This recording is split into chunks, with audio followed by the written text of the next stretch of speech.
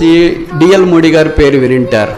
ఆయన 18వ శతాబ్దంలో అమెరికా యేసుప్రభు యొక్క నామాన ప్రకటించడానికి దేవుడు వాడుకున్న ఒక సాధారణమైన వ్యక్తి. ఆయన బైబిల్ సెమినరీలకు వెళ్ళేది, థియలాజికల్ కాలేజెస్కి వెళ్ళేది, చెప్పుల షాపులో పనిచేసేవాడు. అవసరం వచ్చిన చెప్పులు కుట్టేవాడు.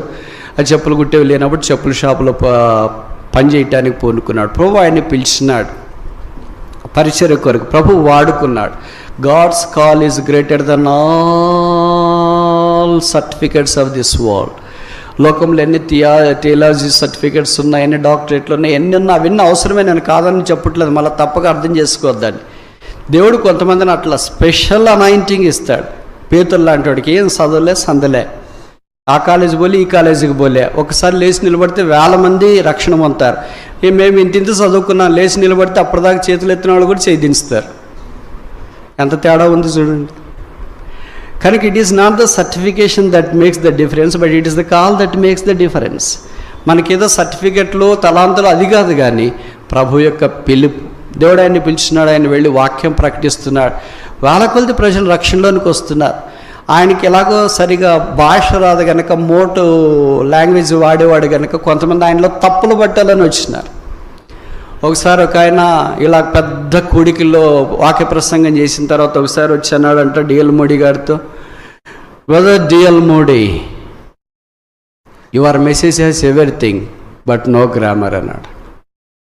ఈ డిఎల్ మోడీ గారు అన్నారంట, if my message has no grammar I praise God, but there is a Holy Spirit in my message.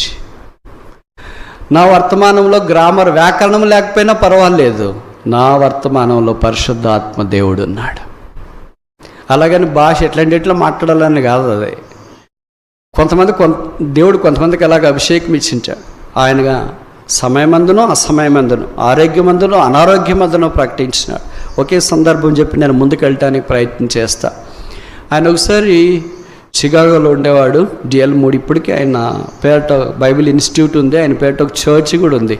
అక్కడికి నేను 2002లో వెళ్ళినప్పుడు వెళ్ళే అవకాశం దేవుడు ఇచ్చినాడు. ఆ చర్చిలో కాలు పెట్టాలంటేనే ఆ ఒళ్ళు జలధరించినాయి. గొప్ప మహనీయులు పేరట ఉన్న ఆ స్థలాల్లో నాలాంటి ఒక భాగ్యుడు కాలు పెట్టడమా అని.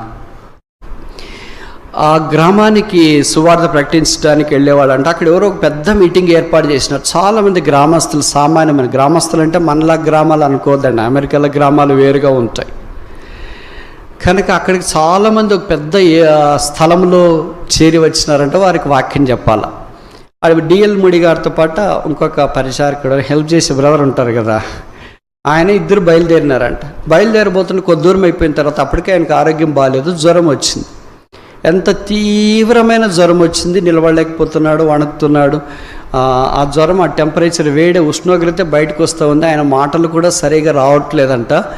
అప్పుడు ఈ పరిచారకుడు అన్నాడంట, బ్రదర్ మీరు ఆగిపోండి, వేరే వాళ్ళని ఎవళ్ళని పంపిస్తాం. ఎంతోమంది ఉంటారు కదా ఆయన దగ్గర పరిచయం చేసేవాళ్ళు, వేరే వాళ్ళని పంపిస్తాను లేండి, మీరు ఆగిపోండి, లేదా నేను వేరే వాళ్ళు వెళ్తాము, మీరు ఆగిపోండి అంటే, లేదు చాలామంది అక్కడ ఎదురు చూస్తుంటారు కనుక నేను ఖచ్చితంగా వెళ్ళాలంటే, ఇంత జ్వరంలో ఎలాగ వెళ్తారు బ్రదర్ అన్నారంట. సరే ఒక ఇంటి దగ్గరికి వెళదామని అక్కడ ఎవరో తెలిసిన వాళ్ళు ఉంటే వాళ్ళ ఇంటి దగ్గరికి వెళ్ళారంట. ఇక్కడ నువ్వు నా కొరకు ప్రార్థన చేయి వెళదామన్నాడంట. డిఎల్ మోడీ గారి కొరకు ఎవరు ప్రార్థన చేశారు? ఎంత గొప్ప వాళ్ళు, ఎంత సామాన్యమైన స్థానంలోనికి వచ్చినారు చూడండి. నువ్వు ప్రార్థన చేయంటే నేను ఎలాగ ప్రార్థన చేయలేదు బ్రదర్ మీ కొరకు అంటే, పర్లేదు లేచేయి. దేవుడు మనల్ని కాదు చూసేది, మనలో ఉన్న భారాన్ని చూస్తాడు. God doesn't see the man, he sees the magnitude of the power. ప్రార్థన చేయమంటే ప్రార్థన చేస్తా అని పూనుకుంటా ఉంటే ఆయన డిఎల్ మోడీ గారు అన్నారు, ప్రార్థన చేయడం కాదు, యాకోబు 5:14లో చెప్పబడింది, మీలో ఎవడైనా రోగి అయి ఉన్న ఎడల సంఘ పెద్దలను పిలిపించి నూనె రాసి ప్రార్థన చేయమని ఉంది కదా. కనుక ఈ ఇంట్లో వాళ్ళతో నూనె తీసుకో, అప్పుడు నా తల మీద రాసి నా కొరకు ప్రార్థన చేయి అన్నాడు డిఎల్ మోడీ గారు. మీరు ఊహిస్తారా? ఆయనే పక్కన ఒక సామాన్యమైన వ్యక్తి, ఈయనతో పాటు ఊరికే వెళ్ళేవాడు అట్ట, వాటర్ బాటిల్ పట్టుకోవడానికి, బ్యాగ్ పట్టుకోవటానికి, చెప్పులు పట్టుకోవటం, అవి ఇవి పట్టుకోవటానికి. అలాంటి నూనె రాసి ప్రార్థన చేయమని అంటే ఈయనకి చాలా బాధేసి, ఎట్టబ్బా ఇంత పెద్ద ఆయనకి మనం ఏంటి నూనె రాసి ప్రార్థన చేసేది అని అలాగే ఉన్నాడంటే, ఏంటి పెద్ద చేయండి మనకు టైం అయిపోతుంది కదా అంటే, ఇంకేం చేయలేదు పెద్ద ఆయన చెప్తుంటే కాదని లేక ఆ ఇంట్లో వాళ్ళు పోయి అడిగాడంట, మీ దగ్గర ఏమైనా నూనె ఉందా అని.